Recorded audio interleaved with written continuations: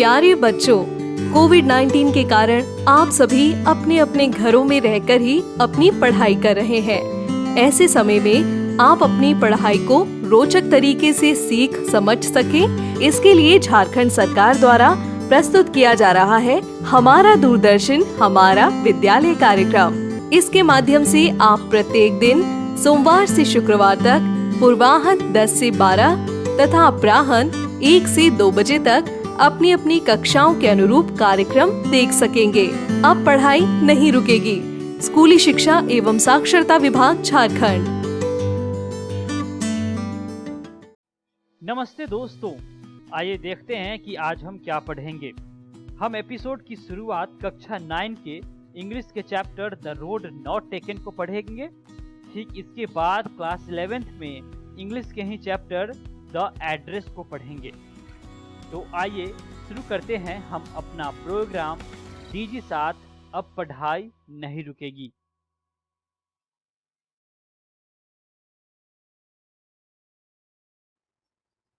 Hello everyone दोस्तों, आज हम हमारी 9th की इंग्लिश की बुक बिहाइव्स के चैप्टर 1 की पोएम पढ़ेंगे। इस पोएम का नाम है द रोड नॉट टेकन और ये वीडियो इस चैप्टर का पार्ट 1 है। तो दोस्तों, आइए हम देखते हैं कि आज हम इस वीडियो में क्या पढ़ेंगे और क्या-क्या सीखेंगे। About poem and poet, हम पोएट और पोएम के बारे में कुछ बातें जानेंगे। Poem the road not taken, उसके बाद हम poem the road not taken पढ़ेंगे। About the poet Robert Frost. तो आइए दोस्तों, हम पोएट रॉबर्ट फ्रॉस्ट के बारे में कुछ बातें जान लेते हैं। रॉबर्ट फ्रॉस्ट उनका नाम है। अमेरिकन मतलब अमेरिका के रहने वाले थे। एजुकेटर और पोएट थे मतलब शिक्षक और कवि थे। Birth date 26th of March 1874, San Francisco, California. उनका जन्म 26th of March 1874 को सैन फ्रांसिस्को, कैलिफोर्निया में हुआ था। Death date 29th of January 1963, Boston. उनकी मृत्यु 29 Jan 1963 बॉस्टन में हुई थी। तो आइए हम पोएम के बारे में कुछ बातें जान लेते हैं। इस पोएम में जो रोड है वो हमारी लाइफ को दर्शा रही है और जो पोएट हैं वो उस पाथ की बात कर रहे हैं जो हम अपनी लाइफ में नहीं चुनते हैं। द रोड नॉट टेकन मतलब हमारी जिंदगी का वो रास्ता जो हमने चूज नहीं किया। एक इम्पॉर्टेंट मैसेज जो पोएट हमें देना चाह रहे हैं इस पोएम के माध्यम से वो ये है कि क्या चॉइसेस का इम्पैक्ट पड़ता है हमारे फ्यूचर पे, हमारे भविष्य पे, और क्या होता है अगर हम कोई रॉन्ग चॉइस, कोई गलत चॉइस करते हैं। हम उस पे कैसे रिग्रेट करते हैं, अफसोस करते हैं।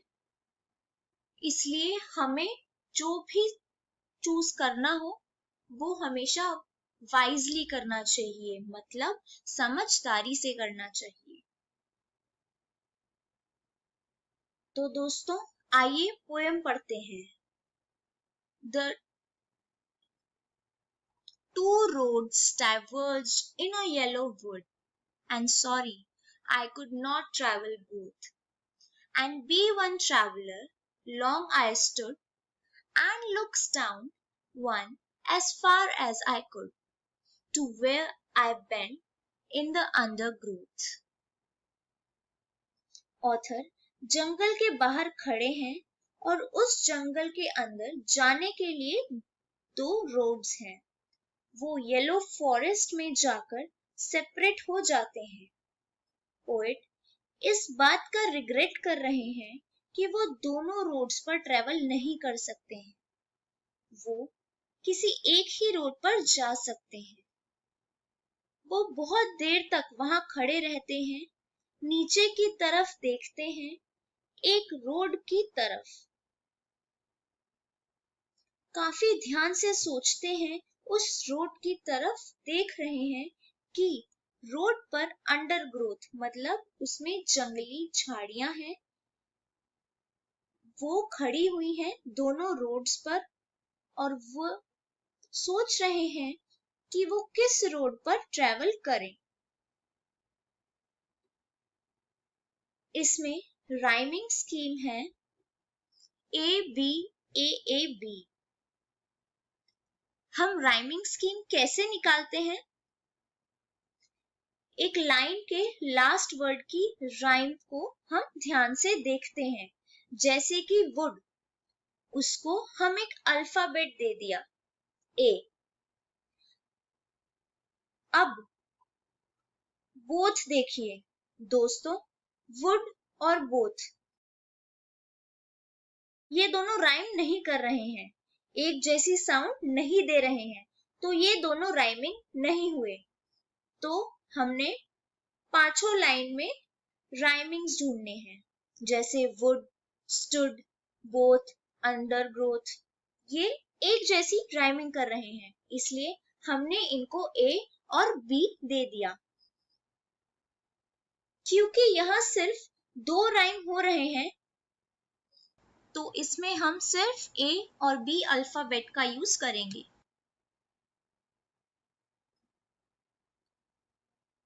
अगला स्टैंजा है, Then took the other just as fair, and having perhaps the better claim, because it was grassy and wanted wear, though as for that the passing there had warned them really about the same. एक रास्ता उन्होंने देखा और फिर दूसरा रास्ता लिया, तो वो जो दूसरा रास्ता भी उतना ही फेयर था, सही था। एक रास्ते पर घास बहुत ज्यादा होती है और एक पे शायद थोड़ी कम। एक रास्ते पर ज्यादा लोगों ने ट्रेवल किया होता है, जिससे उसकी घास दबी हुई होती है। एक रोड पर कम लोगों ने ट्रेवल किया होता है, तो ऑथर सोच रहे होते हैं कौन सी रोड ले। तो ऑथर ने सोचा, जिस रोड पर कम लोग चले हुए हैं, द रोड नॉट टेकन, उस रोड पर उन्होंने चलने का फैसला लिया। क्योंकि उन्होंने देखा जो दूसरी रोड थी वो सुंदर भी थी और लोग सोचते हैं कि उस रोड पर मेरा ज्यादा हक है, क्योंकि इसकी जो घास है काफी हरी भरी है और घिसी हुई भी नहीं है। वो रोड के कंपैरिजन में जिस रोड पर ऑथर ने जाने का सोचा, उस पर कम लोग चले हुए थे। तो दोस्तों, इसमें राइमिंग स्कीम रहेगी A B A A B.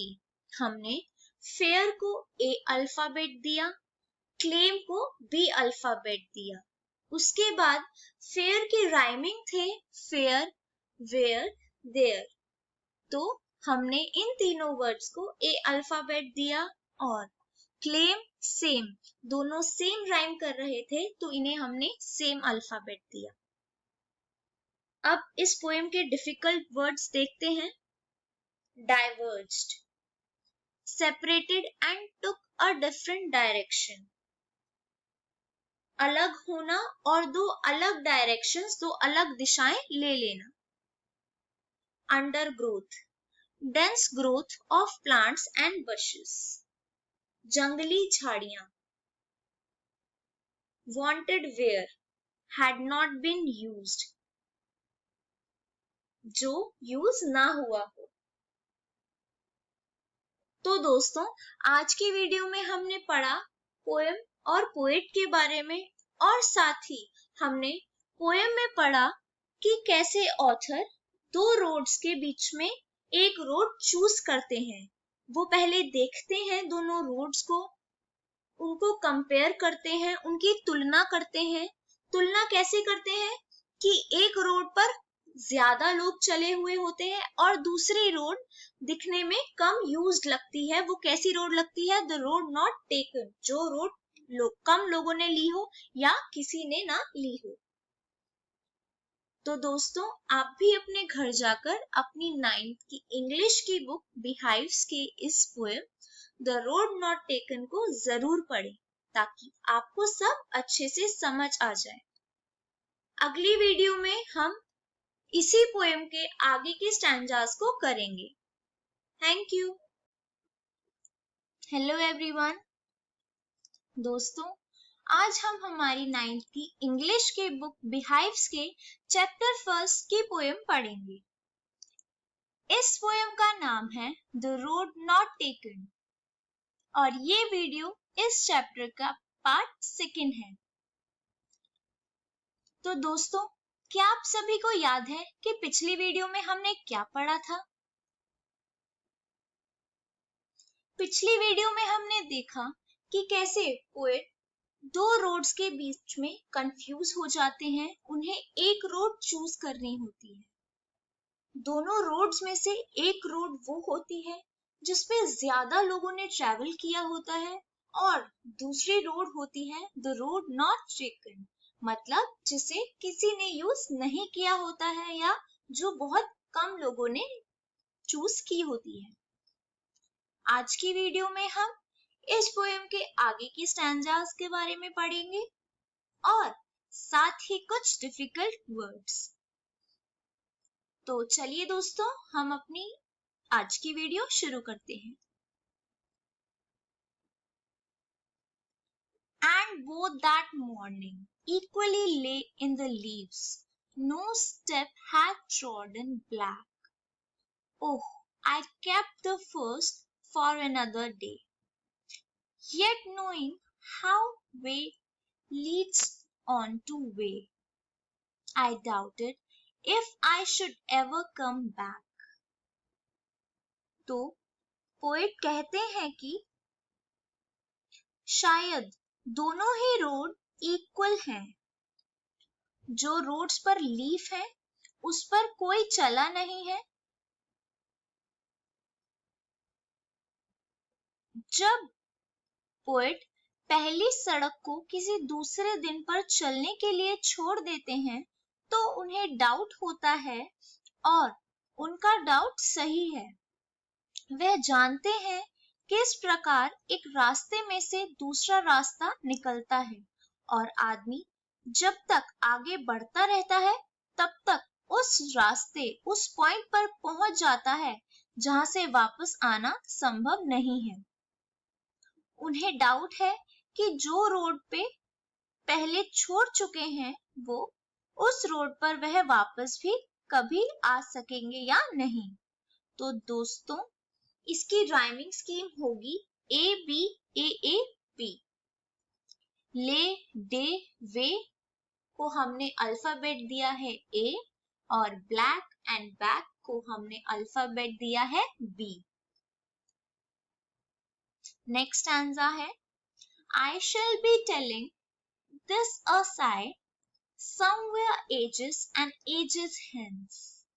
Two roads diverged in a wood and I took the one less travelled by, and that has made all the differences. अब पोएट कहते हैं, अब जो भी मैंने चूज कर लिया है उसका रिजल्ट जो होगा वो बाद में मैं रिलीफ के साथ बता सकता हूँ, मतलब शांति के साथ बता सकता हूँ। दो रोड्स के बीच में खड़ा था जहां एक डाइवर्जन था, मतलब जहां पे वो दो रोड्स अलग हो रही थी और मैंने वो रास्ता लिया जिस पर कम लोग चले थे। और ये जो डिफरेंस है मेरी लाइफ में, वो उसी रास्ते की वजह से है। तो दोस्तों, इसमें भी राइमिंग स्कीम सेम ही रहेगी। तो क्या होगी rhyming scheme? A B A A B. हमने साई, आई एंड वाई को अल्फाबेट दिया है ए, एंड हेंस डिफरेंसेस को हमने अल्फाबेट दिया है बी। तो दोस्तों, आइए इनके डिफिकल्ट वर्ड्स जान लेते हैं। डाउटेड, फीलिंग अनसर्टेन अबाउट, जिसके बारे में हमें कुछ शंका होती है। Sigh, emit a long, deep, audible breath, expressing sadness, relief, tiredness or similar. जब हम एक लंबी गहरी सांस लेते हैं, जिससे क्या पता चलता है कि क्या या तो हम दुखी हैं, या हमने सुकून की सांस ली है, या हम थक चुके हैं, ऐसा ही कुछ। तो दोस्तों, आज की वीडियो में हमने देखा कि पोएट ने कौन सी रोड चूज करी और वो रोड चूज करने से उनकी लाइफ में क्या डिफरेंसेस आते हैं और क्या वो सेटिस्फाइड हैं अपनी चॉइस से, संतुष्ट हैं या नहीं। आप भी अपने घर जाकर अपनी 9th की इंग्लिश की बुक बिहाइव्स की इस poem the road not taken को जरूर पढ़िएगा, ताकि आपको सब अच्छे से समझ आ जाए। अगली वीडियो में हम इस चैप्टर के प्रैक्टिस क्वेश्चंस को डिस्कस करेंगे और साथ ही डिस्कस करेंगे कि उन क्वेश्चंस के आंसर्स को कैसे लिखना है। Thank you. Hello everyone, welcome to English smart class. दोस्तों, आज हम लोग हमारी 11th की बुक स्नैपशॉट का चैप्टर 2 पढ़ने वाले हैं। इस चैप्टर का नाम है द एड्रेस। ये वीडियो इस चैप्टर का पार्ट 1 है। टोटल हम इस चैप्टर के 3 पार्ट्स पढ़ेंगे। तो चलिए दोस्तों, शुरू करते हैं। बात करते हैं कि आज इस वीडियो में हमें क्या सीखने को मिलेगा। आज इस वीडियो में हम लोग सबसे पहले बात करेंगे इस चैप्टर के इंट्रोडक्शन के बारे में। उसके बाद हम लोग इस चैप्टर के कैरेक्टर्स को डिस्कस करेंगे और फाइनली एट द एंड हम लोग अपना चैप्टर पढ़ना शुरू करेंगे। तो चलिए दोस्तों, अब हम लोग शुरू करते हैं इस चैप्टर के इंट्रोडक्शन से। A daughter who goes in search of her mother's belonging after the war in Holland। यानी कि जो सिनारियो है इस चैप्टर का, उसमें एक डॉटर अपनी मदर की चीजों के लिए वापस जाती है हॉलैंड में वॉर के बाद। यानी कि वॉर के समय उन्हें हॉलैंड छोड़कर जाना पड़ा था और अब वो अपनी मदर की चीजें लेने के लिए वापस उस जगह पर जाती है। When she finds them, the objects evoke memories of her earlier life। यानी कि जब नरेटर, वो डॉटर, उन चीजों को देखती है तो उसे अपनी पुरानी लाइफ की मेमोरीज याद आने लग जाती है। However, she decided to leave them all behind and resolves to move on। लेकिन स्टोरी के एंड में डॉटर डिसाइड करती है कि वो उन चीजों को पीछे ही छोड़ देगी और वो अपनी जिंदगी में आगे मूव ऑन हो जाएगी। तो दोस्तों, ये सिनेरियो है इस चैप्टर का कि किस बेसिस पर, किस थीम पर इस चैप्टर में बात हो रही है। इंट्रोडक्शन के बाद अब बात करते हैं कैरेक्टर्स के बारे में, यानी कि कौन कौन से कैरेक्टर्स है इस चैप्टर में जिसके थ्रू हम ये स्टोरी द एड्रेस पढ़ेंगे। हमारा सबसे पहला कैरेक्टर है द नरेटर, जिनका नाम है मार्गा मिनको। इस चैप्टर को लिखा भी इन्हीं ने है। हमारा नेक्स्ट कैरेक्टर है Mrs S, mother of the narrator, यानी कि मार्गा मिनको की मदर मिसेस एस से इस चैप्टर में रिप्रेजेंट की जाएगी। हमारा अगला कैरेक्टर है Mrs Darling, an acquaintance of the narrator's mother. दोस्तों, एक्वेंटेंस का मतलब होता है a person that you have met but do not know well, यानी कि जिसे आप अभी अभी मिले हो और बहुत अच्छे से नहीं जानते। और फाइनली हमारा लास्ट कैरेक्टर है a girl of 15, daughter of Mrs Darling. तो दोस्तों, आपने देखा इस चैप्टर में टोटल हमारे पास 4 ही कैरेक्टर्स हैं, 2 मदर और उनकी बेटियां। चलिए दोस्तों, अब कैरेक्टर्स के बाद हम लोग अपनी स्टोरी को पढ़ना शुरू करते हैं। ये है हाउस नंबर 46 इन मार्कोनी स्ट्रीट। एक दिन नरेटर यहाँ पर आती है और वो बोलती है, डू यू स्टिल नो मी, कि क्या आप मुझे जानती हो। इस पर उस घर की ओनर बोलती है, no I don't know you. उनका ये रिप्लाई सुनते ही नरेटर बोलती है, I am Mrs S daughter. ये सुनते ही उस घर की हाउस ओनर ऊपर जाने लगती है, पर तभी नरेटर फिर से बोलती है, well you knew my mother, कि शायद आप मुझे ना जानती हो लेकिन आप मेरी मदर को तो जानती होगी। यहाँ पर साथ ही साथ नरेटर अपने माइंड में सेल्फ डाउट भी कर रही होती है कि कहीं वो गलत घर में तो नहीं आ गई, क्योंकि उन्होंने सिर्फ एक टाइम ही मिसेस डॉर्लिंग को देखा था। इसीलिए वो पूछ लेती है, well you knew my mother, कि आप मेरी मदर को तो जानती ही थी। तो इस पर वो लेडी बोलती है, हैव यू कम बैक, कि क्या तुम वापस आ गई हो। इस पर वो बोलती है, I thought that no one had come back, कि उस लेडी को लगता है कि कोई भी वापस नहीं आया होता है। तो नरेटर इसके रिप्लाई में कहती है, ओनली मी, कि सिर्फ मैं ही वापस आई हूँ। और इस पर मिसेस डॉर्लिंग रिप्लाई करती है कि I regret, I can not do anything for you, कि मैं तुम्हारे लिए कुछ भी नहीं कर सकती हूँ। तो इस पर नरेटर कहती है कि I have come here specially on the train, I wanted to talk to you for a moment, कि मैं स्पेशली ट्रेन से आई हूँ आपके घर पर और मैं आपसे एक मोमेंट के लिए बात करना चाहती हूँ। लेकिन मिसेस डॉर्लिंग साफ साफ बोल देती है, it is not convenient for me now, I can't see you another time, कि मैं तुमसे अभी नहीं बात कर सकती, किसी और वक्त हम लोग बात करेंगे। और इतना बोलते हुए मिसेस डॉर्लिंग अपने घर का दरवाजा बंद कर देती है। और नरेटर हमें बताती है कि किस तरह से वो वहीं पर खड़ी रहती है। और नरेटर देखती है कि किस तरह से जो घर की फ्रंट विंडो होती है उसके कर्टन्स मूव करते हैं और कोई जना उसकी तरफ घूर रहा होता है। लेकिन नरेटर इस चीज को इग्नोर कर देती है और वो हमें बताती है, I looked at the name plate again, Darling it said, यानी कि नरेटर श्योर होने के लिए कि कभी वो गलत घर में तो नहीं चली गई, वो फिर से घर की नेम प्लेट चेक करती है और नेम प्लेट पर डॉर्लिंग ही लिखा होता है। बड़े बड़े ब्लैक लेटर्स में उस नेम प्लेट पर डॉर्लिंग लिखा होता है और उसी के साथ नंबर 46 लिखा होता है। और ये देखकर नरेटर श्योर हो जाती है कि वो गलत घर में नहीं गई होती, बट फिर भी उसे समझ नहीं आ रहा होता कि मिसेस डॉर्लिंग ने उसे पहचानने से मना क्यों कर दिया।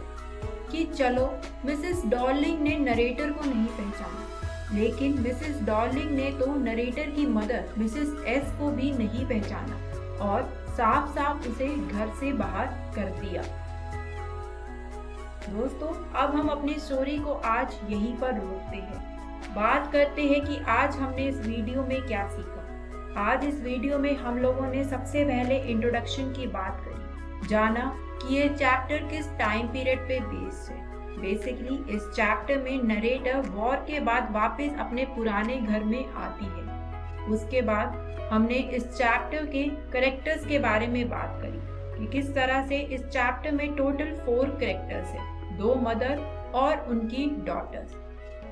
और फाइनली एट द एंड हमने इस चैप्टर की स्टोरी को पढ़ना शुरू किया, जिसमें हमने जाना कि किस तरह से नरेटर मिसेस डॉर्लिंग से मिलने आती है हाउस नंबर 46 में। लेकिन जब वो मिसेस डॉर्लिंग से मिलती है तो मिसेस डॉर्लिंग उसे बिल्कुल नहीं पहचानती और यहाँ तक कि मिसेस डॉर्लिंग उसकी मदर को भी पहचानने से मना कर देती है। तो दोस्तों, ये चैप्टर था हमारी बुक स्नैपशॉट से। तो घर जाकर आप इसका पेज नंबर 10 और पेज नंबर 11 जो कि आज हमने इस वीडियो में पढ़ा है उसको पढ़ना ना भूलिएगा। इससे अगली वीडियो में हम लोग बात करेंगे इस चैप्टर के आगे की स्टोरी की, जानेंगे कि अब नरेटर आगे क्या करेगी जब मिसेस डॉर्लिंग ने उसे पहचानने से मना कर दिया। उसके बाद हम लोग कुछ ओल्ड मेमोरीज के बारे में बात करेंगे कि किस तरह से नरेटर को अपनी पुरानी यादों की याद आती है। तो दोस्तों, मिलते हैं नेक्स्ट क्लास में। नमस्ते दोस्तों, आज के एपिसोड में आशा करता हूँ कि आपको बहुत कुछ सीखने को मिला होगा। आइए देखते हैं कि आज हमने क्या क्या पढ़ा। आज हमने क्लास 9th में इंग्लिश के chapter the road not taken को पढ़ा। ठीक इसके बाद क्लास 11th में इंग्लिश के चैप्टर द एड्रेस को पढ़ा। इस प्रसारण से संबंधित सुझाव, अपने प्रश्न इत्यादि आप हमें jcertrg@gmail.com तथा टोल फ्री नंबर 1800 5728 585 पर संपर्क कर सकते हैं।